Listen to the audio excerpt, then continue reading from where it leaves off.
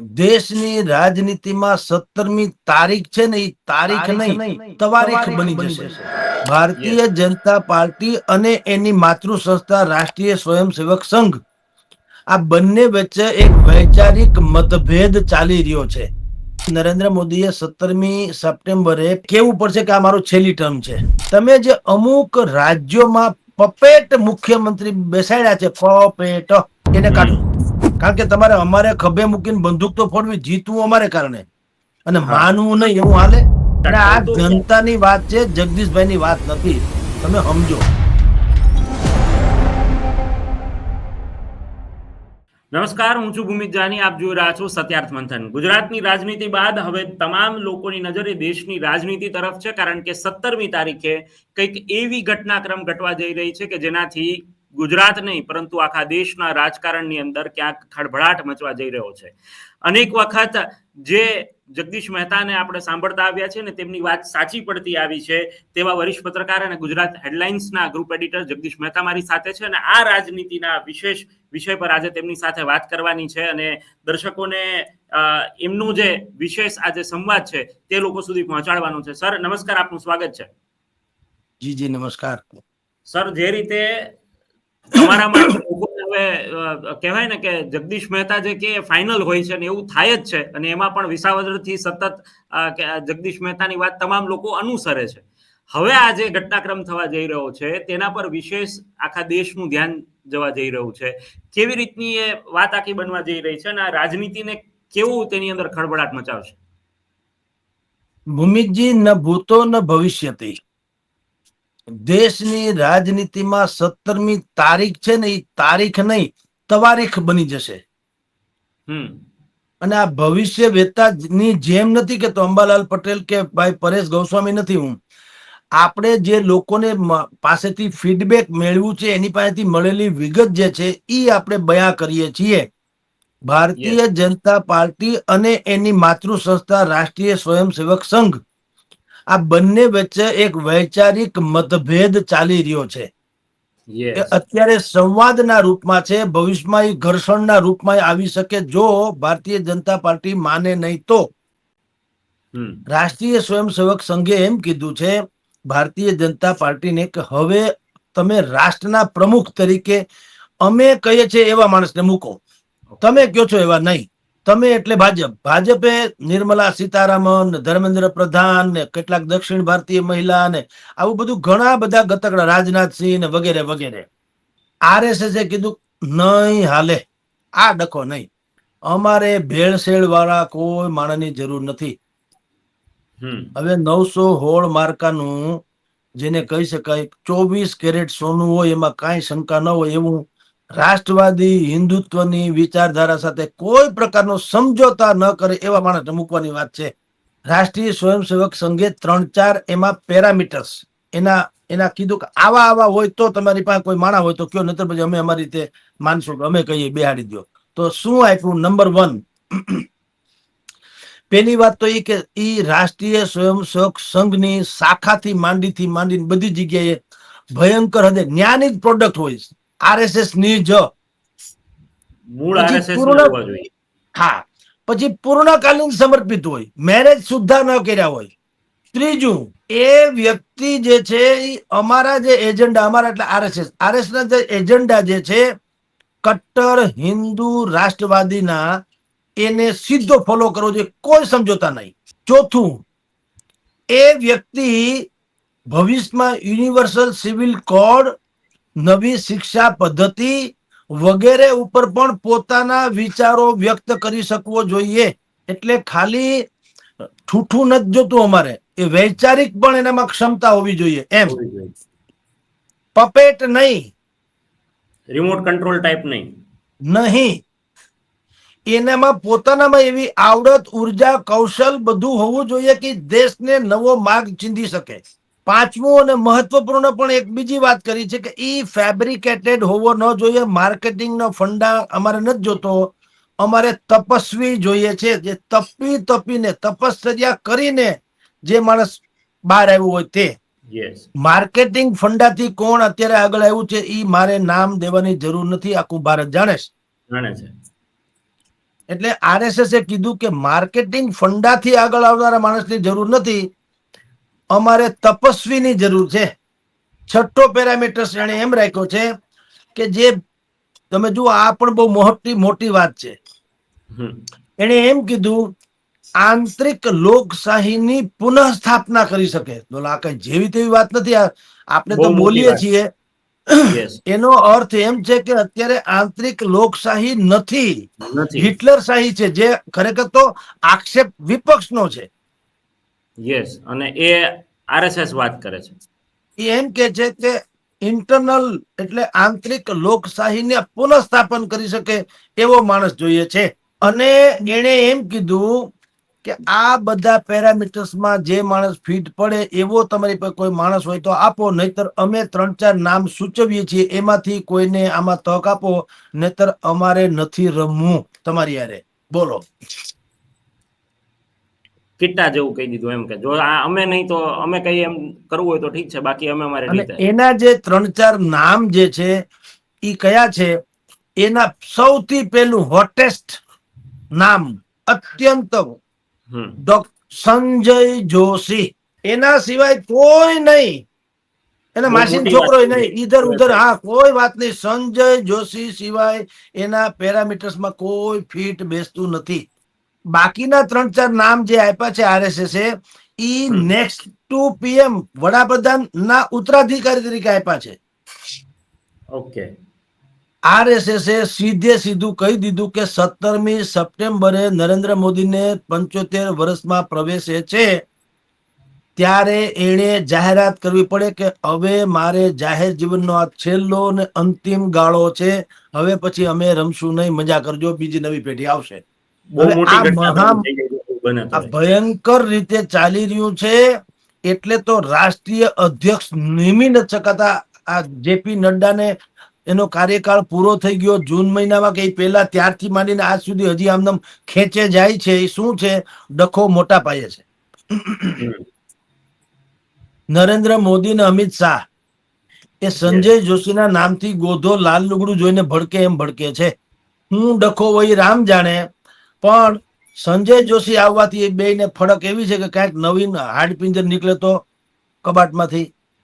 એ લોકોએ જે બધું સજાવીને રાખ્યું છે એ બધું ઉથલ પાછળ થઈ જાય એવું એનું માનવું છે. જનતાને ખબર નથી, વિશ્લેષકોને ખબર છે, દબી જુબાનમાં કોઈ બોલતા નથી. અને તથાકથિત જે શબ્દ બધા વાપરે છે ગોદી મીડિયા, એ કઈ ખોટો નથી.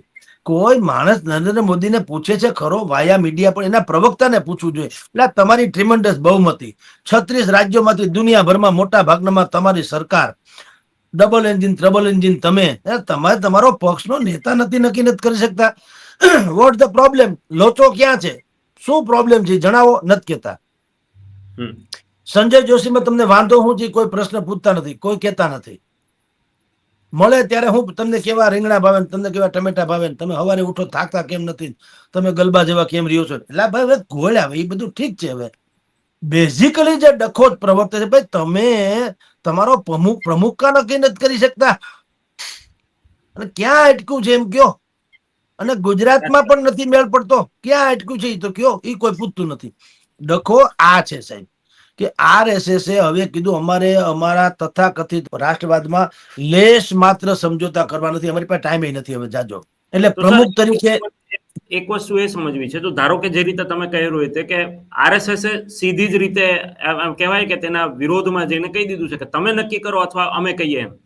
આની અસર ગુજરાતની રાજનીતિ પર અને 2029 આપણે 27 તો દૂરની વાત રહી, પરંતુ હવે જો પીએમ તરીકેની વાત આવતી હોય અને એમના કાર્યકાળની વાત આવતી હોય તો 2029 પણ દૂર નથી.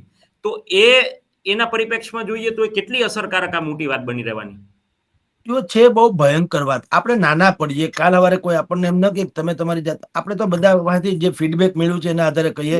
પણ પહેલી વાત તો એ કે નરેન્દ્ર મોદીએ 17મી સપ્ટેમ્બરે 75 વર્ષમાં પૂરા થાય પ્રવેશે છે, ત્યારે એને કેવું પડશે, કાંઈક પણ સાંકેતિક ભાષા કહો તો સાંકેતિક ભાષામાં એને કેવું પડશે કે આ મારું છેલ્લી ટર્મ છે.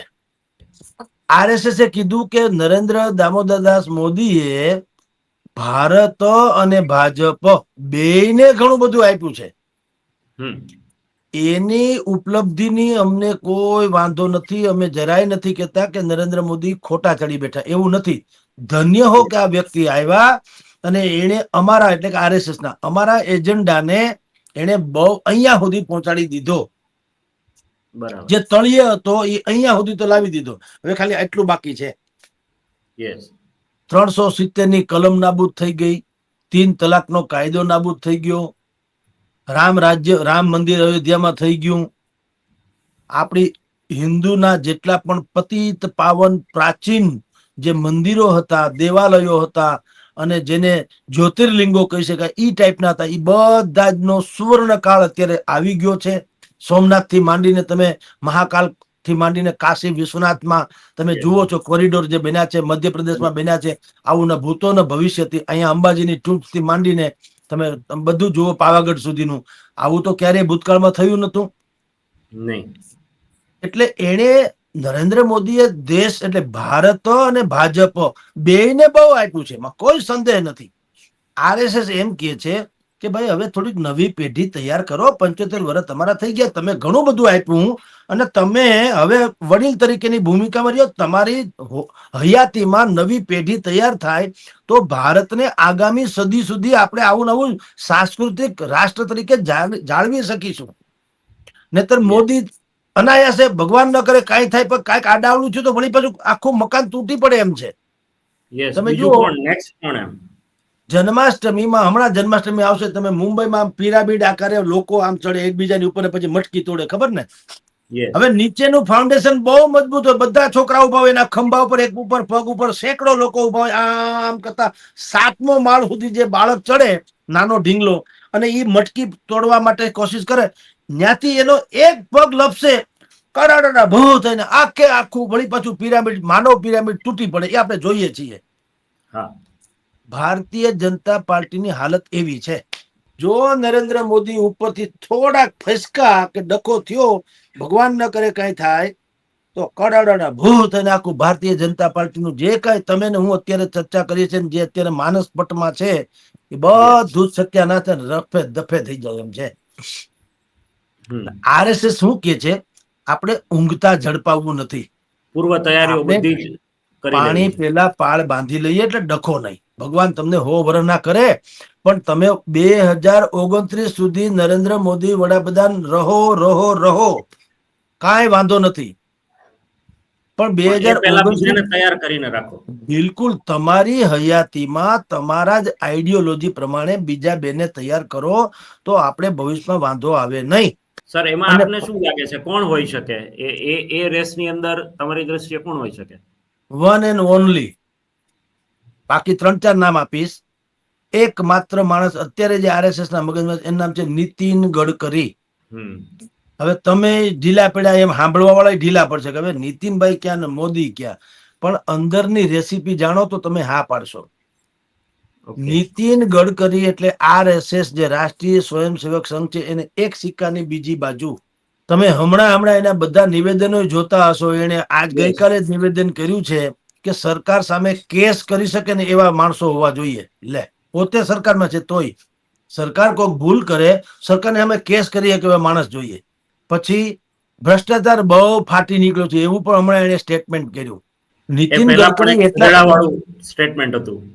હા, નીતિન ગડકરી એટલા માટે સાહેબ કે નીતિન ગડકરી નહીં તો યોગી આદિત્ય, બધાને છે તમે પૂછો આખા ભારતમાં સર્વે કરો યોગી આદિત્યનાથ, યોગી આદિત્ય, ઈ જ નામ આવે. કોઈને ખબર નથી. એ તો જેને ખબર છે એને છે, બીજા સામાન્ય લોકોને ખબર નથી આપણા જેવા, કે આપણને એમ લાગે, મને ખુદને એમ લાગે યોગી જ હોવા જોઈએ. પણ નહીં ભાઈ, યોગી ન હોવા એટલે એ માણસને બીજું સ્થાન આપી શકાય. પણ પ્રોબ્લેમ શું છે તમને કહું. ઉત્તર પ્રદેશમાં વિધાનસભા અરે સંસદ સભાની 80 બેઠક છે. તમારે જો વડાપ્રધાન બનવું હોય તો ઉત્તર પ્રદેશ કબજે ન કરો તો ન મેળ પડે. હવે ઉત્તર પ્રદેશમાં 80 બેઠક છે, પણ એમાં તમારી જાણકારી મોટા ભાગમાં એમાં દલિત અને માઇનોરિટીઝ એનું ભયંકર સમર્થન હોવું જોઈએ તો મેળ પડે. અને એની અંદર ત્યાં રાજકીય પાર્ટીઓ પણ એટલી બધી છે કે જેનો દબદબો પણ છે. એ બધું ઠીક, યોગીની છાપ એ તો ભગવાધારી છે. હવે એના એને કોઈ સેક્યુલર માને નહીં. એ કદાચ આ તો પહેરે નહીં, પણ કદાચ જાળીવાળી ટોપી પહેરી પણ લે તોય કોઈને ભરોસો ન બેસે કે આ કોઈ દિવસ ઓલી વાત કરે. એને બધાને ખબર છે કે આ કટ્ટર હિન્દુવાદી છે, એમાં કોઈ શંકા નહીં. યસ 916 માર્કા વાળા એના હિન્દુત્વ વિશે, રાષ્ટ્રવાદ વિશે એને કઈ હિન્દુત્વનું ગુજરાતી મુસ્લિમ વિરોધી નથી. પેલા સમજી જાય લાગતા વળગતા. હિન્દુત્વ એટલે મુસ્લિમ વિરોધી નહીં. હિન્દુત્વ એટલે હિન્દુસ્તાનને પ્રેમ કરે તે. આપણે ત્યાં આખી અલગ જ આઈડિયોલોજી ચાલે છે. લોકો હિન્દુત્વ ડખો છે. એટલે મુસ્લિમ વિરોધી. માથા આપણે ત્યાં બધા એમ માને હિન્દુત્વ એટલે મુસલમાન વિરુદ્ધ. એટલે પાગલ થઈ ગયા કે 40 કરોડ મુસ્લિમ સમાજ છે અહીંયા રહે છે, અને કેટલાય તમે રાષ્ટ્રપતિ જો આપણે મુસ્લિમ બનાવી શકતા હોય, ક્યાં કોઈએ કીધું કે અબ્દુલ કલામ મુસલમાન છે? ભગવાન જેવા નથી પૂછતા આપણે. એમ ન હોય. કૌશલ્યવાન કોઈ પણ માણસ હોય, રાષ્ટ્રને સમર્પિત કોઈ પણ માણસ હોય, એ જરાય કોઈને વાંધો નથી. એને જ રાષ્ટ્રવાદી કહેવામાં આવે. રાષ્ટ્રવાદીની કોઈ કોમ ન હોય. તમને દેશ પ્રત્યે ફિદા થઈ જાવ એ રાષ્ટ્રવાદી. That's all. ભગતસિંહ આપણે રાષ્ટ્રવાદી શું કામ નથી? પંજાબના હતા, પંજાબી હતા. આખા દેશમાં તમે જુઓ તો હિન્દુઓમાં પંજાબી તો તમારી જાણ કરતા જૈનની જેમ લઘુમતીમાં આવે. હા, આપણે લઘુમતી એટલે મુસલમાન સિવાય કોઈ લઘુમતી માનતા જ નથી. એટલે જૈન, પારસી, બૌદ્ધ, પંજાબી આ બધા લઘુમતી છે. આપણી ફીટ હું કેસેટ બેહી ગઈ લઘુમતી એટલે મુસ્લિમ. એટલે એમ નથી. એવી રીતે હું કઉ છું કે ભારતીય જનતા પાર્ટીને ખબર છે યોગી આદિત્યનાથ એટલે ભગવાધારી છે. એને જિંદગીમાં કોઈ દી કોઈ વડાપ્રધાનના ચહેરા તરીકે મૂકે તો સ્વીકારે નહીં. બીજા અમુક લોકો કટ્ટરવાદીઓ ન જ સ્વીકારે. કદાચ ગમે એવી વાત કરે તો માથે જાળીવાળી ટોપી પણ પહેરી લે ને, આ તો પહેરે એમ નથી તો પણ મેં કીધું માને એમ નથી. એટલે એને નહીં. દેવેન્દ્ર ફડણવીસ અને ગડકરી આ નામ એવા છે કે એમાં લોકોને એમ થાય કે કઈ વાંધો નહીં. કમસે કમ અટલ બિહારી કેમ હતા? મવાળ કહેતા ને, મવાળ પ્રવૃત્તિ. મવાળ એટલે લાચાર કે મજબૂર નહીં. મવાળ એટલે બધાની સાથે સમદ્રષ્ટિ રાખનારા. કટ્ટરવાદી નહીં તે મવાળ. દેવેન્દ્ર ફડણવીસ જે છે હજી યુવા ચહેરો છે, એટલે એને વડાપ્રધાન તો બહુ મોટું ગણાય, એને કરે નહીં. પણ ગડકરી પાકી ગયા આપણી ભાષામાં. હા, અને RSS ના એની પર 4 હાથ છે. એટલે તો તમે જુઓ એનું મંત્રાલય ને એની વાત છે. તમે જુઓ ક્યારે ગડકરીને પડતા મુકાશે કે ગડકરીથી ફલાણા ભાઈ નારાજ કે એવી વાત નહીં આવે. ગમે એમ બોલે તોય એ ગમે એવું બોલે તો દૂધણી ગાય હોય ને એની પાટું ભલે, એમ ગામડામાં કે છે. ગાય દોવા દેતી હોય ને તો પાટું મારે ને તોય કોઈને વાંધો નહીં. માની ગાળ ઘીની નાળ. ગડકરી છે RSS ના એવા બધા મેઇન માણસ છે કે ઈ ગમે એવું કરવું બોલે ને તો સાંભળ્યું ન સાંભળ્યું કરે. ગઈ છે બાપા, એ તો બોલ્યા કરે. હું કામ હાલે એમ નથી એના વગર. સમજી ગયું? એટલે RSS એમ કે છે કે તમે કામ કરો ભવિષ્યના. એ પાછા ભવિષ્યની વાત કાલ ને કાલ નથી બેહાડી દેવાના. ચાંદલો કરી આમ નથી બેહાડી દેવાનું. એમ નથી. નરેન્દ્ર મોદીને એમ કે 2029 સુધી તમે રહ્યો, 29 કંઈક નવા જૂની કરશું. એ પછી તમારે આમાંથી કોકની પસંદગી આ કે આપણી ધ્યાનમાં ન હોય બીજા, પણ એ કટ્ટર રાષ્ટ્રવાદી હો. વાતની એક વાત, એમાં કોઈ લચીલાપન નહીં, કોઈ સમજોતા નહીં, કોઈ ઇધર ઉધર નહીં. એટલે તમે એને તૈયાર કરો. અને બીજો એને કીધું તમે જે અમુક રાજ્યોમાં પપેટ મુખ્યમંત્રી બેસાડ્યા છે, પપેટ, એને કાઢો. એવા ન હાલે. કારણ કે અમારે એટલે કે RSS એમ કીધું કે અમારે જે એજન્ડા લાગુ કરવો હોય એમાં તમે પપેટને બેહાડો એટલે શું થાય? અમે એને એમ કહીએ કે ભાઈ આ ફલાણું નિયમ લાગુ કરી નાખો, હા હા કરે, પછી પૂછે પાછા તમને, તો મેળ પડે. એની પોતાની પાસે કઈ છે નહીં. એવું ના હાલે. અમારે સીધો સંજય જોશી ધારો કે બેહે, સંજય જોશી એમ કે ભાઈ કામ કરો, પેલા ધોરણમાં ગીતાજી ભણાવો, દાખલા તરીકે વાત કરું છું, આવું કઈ છે નહીં પણ કહું છું. તો અહીંયા ધારો કે તો ભૂપેન્દ્રભાઈ શું કે એમ ન કે હા તમે કયો એમ થાય, કાંઈ વાંધો નહીં. એ પાછો પેલા અમિત શાહને ફોન કરે, અમિત શાહ વળી પાછા ફોન કરે નરેન્દ્ર મોદીને, નરેન્દ્ર મોદી વળી કે તો હા, નહીં તને 3-4 ગળીએ ગાવું, આમ ગણે ગાળીને પછી આવે તો હા, નહીં તો ના, એવું ડખો થાય. RS કે અમારે એવું કઈ સાંભળવું નથી. સીધો અમે કહીએ એટલે ફટાક કરતા થઈ જવું જોઈએ. એટલે સંજય જોશી એકને પૂછે, ઈ બીજાને બીજો, ત્રીજાને ત્રીજો, પછી 5મી તાળીએ તમે આવો ને એટલું અમારી પાસે ટાઈમે નથી ને એવું કઈ અમારે કરવું નથી. સંજય જોશી અમે કહીએ એટલે વાત થાય પૂરી, બીજું કઈ નહીં. એની પાસે એવી ત્રેવડ હોવી જોઈએ. જેમ કે ઉત્તર પ્રદેશમાં યોગી આદિત્યનાથ છે, એને કઈ હાઈકમાન્ડ ને પૂછવાની જરૂર નથી, પોતે જ હાઈકમાન્ડ જેમ કહો તો હાલે. હેમંત બિસ્વા અત્યારે જે લડી લે છે તે, યસ. એને કોઈ તમે જુઓ કટ્ટર હિન્દુવાદી એટલે તો આને ચાર ચાસણી ચડે એવી વાતો કરે છે જગ જાહેર. હા. હવે આરએસએસ એમ કે છે અમારી પાસે ટાઈમ નથી, તો અમારે એવું ગોદાગણી ટાઈમ કાઢવો નથી. બહુ થયું હવે. 75 વર્ષમાં મોદી સાહેબને કીધું તમે આ પપેટ મુખ્યમંત્રીઓને કાઢી મૂકો, ઉત્તરાખંડ થી માંડીને ગુજરાત સુધીમાં બધું આવી જાય છે. એમાં કેટલાય રાજ્યોના હા. લિસ્ટ આપ્યા છે, હરિયાણા સહિત, કે આ બધું જ ડીંડક પૂરું કરવા કાઢો. આવું કઈ ના હાલે. જેને પીપી જવું હોય તે પૂછવું પડે એવું ના હાલે. એ સ્વયંભૂ હોવા જોઈએ ખાના. મૃદુ ને મક્કમ, મૃદુ ને મક્કમ એવી ખોટી એવી વાતો ના હાલે. શેના મૃદુ શેના મક્કમ?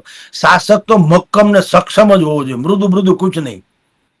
શાસક હોવો જોઈએ ખતરનાક, સમજી ગયા. તો તો જ કામ થાય, બાકી આરએસએસ તો આ બધી તૂટે છે ને બધા લોકો હેરાન થાય શેનું છે, જોઈએ હા છે. કાંઈ મૃદુ નહીં. ગાળ ન દઈએ કે લોકો મૃદુ કહે. જોડો ને હવે મૂળ વાત એવી છે, કોઈ સમજોતા જો આરએસએસ કીધું જો 17મી તારીખે તમે જો આ ડિંડક નહીં કરો, જાહેર ખબર આવી રીતના અમે કહીએ છીએ પ્રમાણે એનાઉન્સમેન્ટ નહીં કરો, તો 11મી સપ્ટેમ્બરે મોહન ભાગવત 75મા વર્ષમાં પ્રવેશવાના છે. ઈ કદાચ જાહેરાત કરી દે તો અમારે નથી રમવું. બરાબર. હવે તમે જાણો ને તમારું કામ જાણે. કારણ કે તમારે અમારે ખભે મૂકીને બંદૂક તો ફોડવી, જીતવું અમારે કારણે, અને હા. માનવું નહીં એવું હાલે. ડેમેજ કંટ્રોલ અમારી પાસે કરાવવાનું, તમે જે કઈ કરો હોય, અને પાછળથી અમે કઈ ત્યારે તો તમારે કઈ કરવું નથી, એના જેવી વાત થાય. એટલે કે છે કે અમારે કઈ સાંભળવું નથી, કા યસ ઓર નો. એટલે મેં તમને કીધું ભૂમિતભાઈ કે 17મી સપ્ટેમ્બર ગુજરાતના નહીં દેશના ઇતિહાસની તારીખ નથી, તવારીખ બનવાની. ચોક્કસથી. સર હવે જે આની થાય છે. ઓકે સર, આની શોર્ટમાં પૂછું, ગુજરાત પર કેટલી અસર બની શકે જો તમે કહો છો એ વાત થાય તો?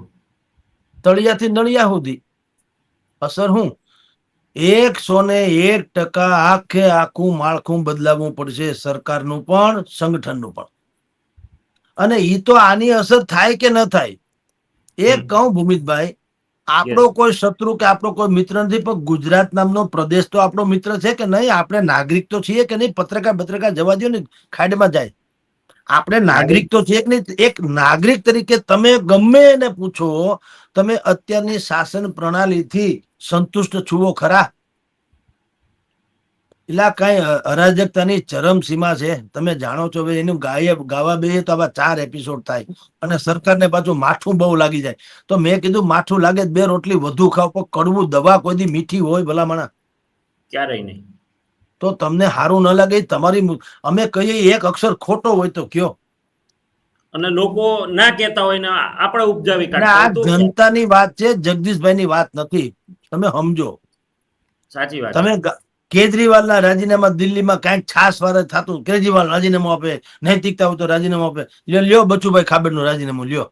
આલી હું મળ્યા છે તમારા હોના ગામના ગારાના? એવું હોય? ભારતીય જનતા પાર્ટીનો આપણે શુભ ઈચ્છીએ કે ભાઈ તમારી પાસે હજી 2.5 વર્ષ છે, તમે હજી રીસફલિંગ કરી પ્રધાનમંડળથી માંડીને આપણા સંગઠનમાં, તો કંઈક હારા માણસોને લાવો તો પ્રજાને કઈ બધો વાંધો નથી. પણ તમારે કઈક કરવું. તમને બેહાડ્યાથી તમે ખાલી ઠોગું થઈને બેઠા રહ્યો અને તમે કટકટાવો ને અમે અહીંયા હળિયા પાટી કરીએ, એમ થોડું હાલે. અમે તડપી મરીએ તમે કટકટાવીને તિજોરી ભરો, તો એવું ન હોય. એટલે આ વાત છે, ઈ આરએસએસ હવે પકડી લીધી છે કે અમારે કાંઈ સાંભળવું નથી.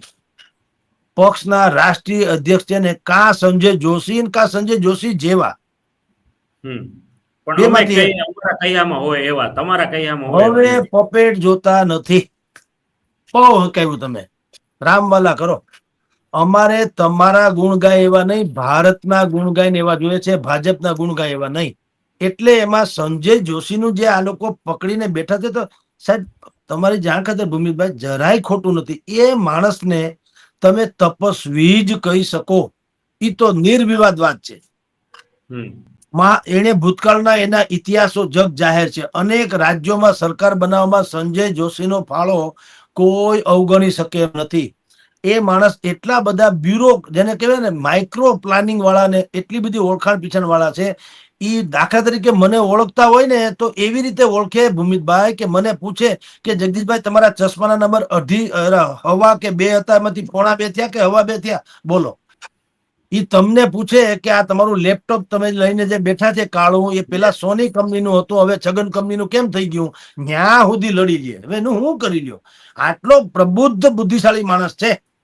હમ એટલે સંજય જોશીના શત્રુ પણ એની કટ્ટર રાષ્ટ્રવાદ વિશે લેશ માત્ર શંકા કરી શકે એમ નથી. સાચી વાત છે. આવડી મોટી પોસ્ટ ઉપર રહ્યા પછી વનવાસ એને જે રાજકીય રીતે આપવામાં આવ્યો, તેમ છતાં એક અક્ષર ક્યારે ઈ ભાજપ કે રાષ્ટ્રવાદ કે હિન્દુત્વ કે આરએસએસ વિરુદ્ધમાં બોલ્યા એવું સાંભળ્યું કે? ક્યારેય નહીં, કોઈ વખત ક્યાંય કોઈ પ્રતિક્રિયા જ નહીં એ પ્રકારની. એનો અર્થ એમ છે કે એને કહેવાય સમદર પેટા આપણી ભાષામાં. સમદર પેટા એટલે તમામ નદીઓ ઉછાળા મારતી મારતી તમે હું પોળીને બજાર હાંકડી, હું પોળીને બજાર હાંકડી એમ થઈને ઘરે દરિયામાં. દરિયો માજા ન મૂકે, એ કે આવતા રહ્યો, વેલકમ. દરિયો કોઈ દી છલકાય એને સુનામી કહેવાય, તો ભલભલાને તાણી જાય. દરિયો કે આવતો, બધી નદીઓ આખા મેઘરાજા પૃથ્વી ઉપર વરસે, એનું પાણી જાય તો દરિયામાં ને. દરિયા કોઈ દી છલકાણા? ક્યારેય નહીં. સંજય જોશી જેવા લોકો છે એને સમદર પેટા કહેવાય. દુનિયાભરની જેટલી વિરોધની વાતો ચાલતી હોય, કુથલી ચાલતી હોય, એના લોકો ખેંચાખેંચી કરતા હોય, એની વિરુદ્ધમાં બોલતા હોય, હાસ્યમાં ધકેલવાની પ્રવૃત્તિ કરતા હોય, એની ઉપર આક્ષેપ લગાડતા હોય, એની સીડીયું બીડીયું બહાર પાડી હોય, બધું થયું. તો પણ સંજય જોશીની તપશ્ચર્યાનો કોઈ ભંગ કરી શક્યું નથી. અને એટલા માટે જ આજે આરએસએસનું નામ આપે છે. જી, અને બિલકુલ અડીખમ ઉભા છે. અને એની છબીને કોઈ દાગ ન લાગ્યો. તમે વિચાર કરો, કરવામાં કરનારા એ કાંઈ બાકી નથી રાખ્યું. તોય આજે પૂજ્ય ભાવથી લોકો એને ભારતીય જનતા પાર્ટીનું સમૂચું રાષ્ટ્ર, આખા ભારતીય જનતા પાર્ટીનું સમૂચું રાષ્ટ્ર જે છે, એના સંગઠનના કોઈ પણ માણસ તમે પૂછો કે સંજય જોશી કેમ, તો કોઈ એમ ન કે ભાઈ સાહેબ હવે એને બંધ કરો, બીજાને લાવો. કોઈ નહીં કે એક, નોટ અ સિંગલ મેન. બોલો. તો આટલો પ્રભાવશાળી વ્યક્તિત્વ છે. આપણને તો એક સામાન્ય માણસ તરીકે અચરજ થાય કે તમારા આંતરિક ડખા જે હોય તે તમે એની તો કમિટમેન્ટ લઈ શકો. ભાઈ તમે કબાટમાંથી હાડ પિંજર કાઢતા નહીં. હાલો, તમે જેને જે કર્યું મુબારક, પ્રજાને કઈ લેવા દેવા નથી. નવી ગલી નવો દાવ. પણ આવી વ્યક્તિ કટાઈ જાય એના કરતા ઘસાઈ જાય વધુ સારું. આ દેશને નુકસાન છે. બિલકુલ સાહેબ, આપણે કઈ ભાજપનું કઈ હોપારી કોઈની લીધી નથી. એટલે ભાઈ અમે જનતાની વાત કરીએ છીએ, પક્ષની નહીં, પ્રજાની વાત છે. પ્રજા એમ કે છે કે દેશમાં ગુણવાન લોકોની તાણ નથી, એનો ઉપયોગ કરો તો અમને સુશાસન મળે ને અમારા બધાના પ્રોબ્લેમ સોલ્વ થાય. તમે આમ મોરો ભટકાવ્યા કરો ને અહીંથી 150 ગાડીના કાફલા સાથે ભાઈ કાંતિબા મૃત્યા ત્યાં જઈ આવે ને, તો તમારી પાસે 150 ગાડી રાતોરાત થઈ ગઈ. એમાં 3-3 જણા બેઠા 450 માણસ ભેગા થઈ ગયા. તે ગાંધીનગર ગધેડો કરવા ગયા, ત્યાં 4 સોસાયટીમાં ગયા હોત તો મોરબીની ને સાફ સફાઈ કરી નાખ્યું હોત તો, મજૂરો લઈને ગયા હોત તો આ બધાને મુજરો કર્યો પણ મજૂરો ન લીધા. તમે વિચાર કરો. એટલે તમારી પાસે શક્તિ છે, પણ તમારે ખેલ રાખવા માટે પૂરું કરવું છે, કામ કરવા માટે નથી કરવું. એ ક્યાંથી હાલે? જનતા હવે ક્યાંય, એટલે આરએસએસે કીધું કે અમારે આવો ગુણિયલ માણસ જોઈએ છે કે જેની પાસે આગામી શિક્ષા પદ્ધતિ, યુનિવર્સલ સિવિલ કોડ, રાષ્ટ્રવાદ, એના વિશે પોતિકા વિચાર હોવા જોઈએ. નોટ એટ ઓલ ઓરેટરી નહીં, ખાલી નહીં, પોતાના વિચાર હોવા જોઈએ. પોતે કે એમાં નવું ઉમેરી શકવો જોઈએ, એટલો વિચારશીલ હોવો જોઈએ. પછી આંતરિક લોકશાહીની પુનઃસ્થાપના કરે એવો શબ્દ એને વાપર્યો આરએસએસે. એનો અર્થ એમ છે કે આંતરિક, એક તો લોકશાહી નથી તો જ પુનઃસ્થાપન ની વાત. પુનઃસ્થાપન ક્યારે હોય? જો હોય તો ક્યાંથી શબ્દ વાપરે? એનો અર્થ એમ છે કે હિટલર શાહી ચાલે છે, અને હિટલર કોણ ચાલે, શાહી કોણ ચલાવે છે? તો વિપક્ષે જાહેર કીધેલું છે. એટલે તમારી જાણ ખાતર 17મી સપ્ટેમ્બરે બ્લાસ્ટ થશે મોટો ગુજરાત હિન્દુસ્તાનના ઇતિહાસમાં, ન ભૂતો ન ભવિષ્યથી. સારો ને માઠો બે હોઈ શકે.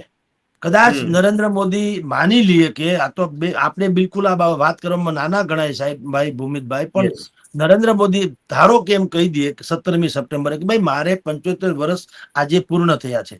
ભૂતકાળમાં અડવાણી, મુરલી મનોહર જોશી થી માંડીને જેટલા લોકોને અમે આમ જુઓ તો બુદ્ધિપૂર્વક નિવૃત્ત કર્યા, એમાં વાત એનો વાંક નતો. ખાલી 75 વર્ષના નામે જ અમે કરેલા છે. મારાય 75 પૂરા થયા છે.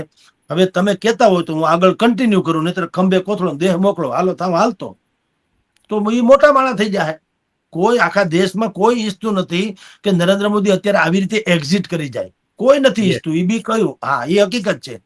અત્યારે નરેન્દ્ર મોદી જેવો કોઈ ચહેરો આરએસએસ પાસે છે નહીં કે જે વિશ્વ ફલક ઉપર આવું કરી શકે. ગડકરીની બધું બરાબર છે, એની આઈડિયોલોજી વાળા છે, પણ તમે નરેન્દ્ર મોદીની સામે મૂકો તો તમે ને આપણે બધા જાણીએ કે એમાં ઘણું અંતર કપાય. પણ એને એવું તો કેવું પડશે કે ભાઈ મને જે માને છે, હું બધાને કહું છું 75 વર્ષે પૂરો, તો મારે આજે 75 પૂરા થયા. હું ભારતીય જનતા પાર્ટીના હાઈકમાન્ડને વિનંતી, હું એટલે નરેન્દ્ર મોદી, હું વિનંતી કરું છું કે મારા 75 પૂરા થયા છે, મારી તૈયારી છે આ બધું છોડવાની. તમે જેને બેહાડવા માંગતા હોય તૈયાર કરીને નામ આપો તો આજથી દિવસ શરૂ હોતા હે અબ. હવે તમે કયો ત્યાં સુધી કહેતા હો તો હું કાર્યવાહ વડાપ્રધાન જેમ નિમવામાં આવે છે આકસ્મિક સંજોગોમાં, એમ અત્યારે હું કાર્યવાહ છું, એવી રીતે ચલાવવું ખરો. તમે કયો કે કાલે છગન મગનભાઈ બેહાડી દો, મને લેશ માત્ર વાંધો નથી. આવી જાહેરાત નહીં થાય તો મેં જ્યાં સુધી વિગત મેળવી છે અથવા તો આપણને કહેવામાં આવ્યું છે, એમાં રાષ્ટ્રીય સ્વયંસેવક સંઘ એના જે વડા છે મોહન ભાગવત, ઈ પણ 11મી સપ્ટેમ્બરે 75મા વર્ષમાં પ્રવેશવાના છે. તો ઈ જાહેરાત કરશે કે હવે અમારે નથી રમવું. લ્યો, જે તમારે આ ન માનવું હોય તો ભાજપ આરે હવે અમારે રમવું નથી એમ. તો ઈ પણ મોટી ઘટના છે, ભયંકર. એટલે મેં આપને કીધું કે 17મી સપ્ટેમ્બરનો દિવસ હિન્દુસ્તાનના ઇતિહાસમાં તારીખ નહીં તવારીખી બની જવાનો. જી ચોક્કસથી સર, અમારી સાથે જોડાયા અને આટલી વિસ્તૃત ચર્ચા કરી એ બદલ આપનો ખૂબ ખૂબ આભાર. નમસ્કાર. તો આ હતા જગદીશ મહેતા કે જેમને ભાજપ અને આરએસએસ ની અંદર જે ડખો ચાલી રહ્યો છે, જે 75 વર્ષે પ્રધાનમંત્રી નરેન્દ્ર મોદી જે એમના પૂર્વ નેતાઓ રહ્યા, એમને પણ 75 વર્ષે એવું કહ્યું હતું કે હવે હું આ રાજનીતિના ખેલમાં નથી, હું ભારતીય જનતા પાર્ટીના સેવક તરીકે, કાર્યકર્તા તરીકે કામ કરીશ. એવી રીતની કંઈક વાત એ પ્રધાનમંત્રી નરેન્દ્ર મોદીએ 17 તારીખે એ આંતરિક રીતે જાહેર કરવાની વાત નથી, પરંતુ આંતરિક રીતે અથવા તો સંઘ અને ભારતીય જનતા પાર્ટી વચ્ચે જે આ બધી વાતો ચાલી રહી છે, ત્યાં કંઈક આવી વાત થાય એવા એ બાબતના એંધાણ એ વરિષ્ઠ પત્રકાર જગદીશ મહેતાએ વ્યક્ત કર્યા છે અને સાથે કહ્યું છે કે આરએસએસ રાષ્ટ્રીય સ્વયંસેવક સંઘ દ્વારા પણ અમુક એવા મુદ્દાઓ મૂકવામાં આવ્યા છે અને ભાજપને કહેવામાં આવ્યું છે કે અમારે હવે આગામી નેતા જે જોઈએ છે અથવા તો જે વ્યક્તિ દેશનું નેતૃત્વ કરશે તેમનામાં આટલી ખૂબીઓ હોવી જોઈએ. અને તેની અંદર અત્યારે પક્ષની વાત કરીએ તો એ સંજય જોશીનું નામ પણ આવી રહ્યું છે અને સાથે જો રાજનીતિક રીતે વાત કરીએ તો નીતિન ગડકરીનું નામ અત્યારે ચાલી રહ્યું છે. ખેર શું થશે એ 11 તારીખ અને 17 તારીખ આ બંને મહત્વની તારીખો બની રહેવાની છે, ત્યારે ખબર પડી જશે. પરંતુ અમે તમને આવી જ રીતના દરેક સમાચારો અને રાજનીતિક રીતે જે કાંઈ સખાડખડ ચાલી રહ્યું છે તે બધી જ વિગતો આપના સુધી પહોંચાડતા રહીશું. આપ જોડાયેલા રહો સત્યાર્થ મંથન સાથે. અત્યારે બસ આટલું જ. ફરીથી મળીશું નવી વાત અને નવા મુદ્દા સાથે. ત્યાં સુધી રજા આપો. નમસ્કાર. સત્યાર્થ મંથનની યુટ્યુબ ચેનલ સબસ્ક્રાઇબ કરવાનું અને બેલ આઇકોન પ્રેસ કરવાનું, સાથે જ સત્યાર્થ મંથનનું ફેસબુક પેજ લાઇક અને ફોલો કરવાનું અને ઇન્સ્ટાગ્રામ પેજ સાથે જોડાવાનું પણ આપ ચૂકશો નહીં. અત્યારે બસ આટલું જ. મને આપશો રજા. આપ જોડાયેલા રહો સત્યાર્થ મંથન સાથે. નમસ્કાર.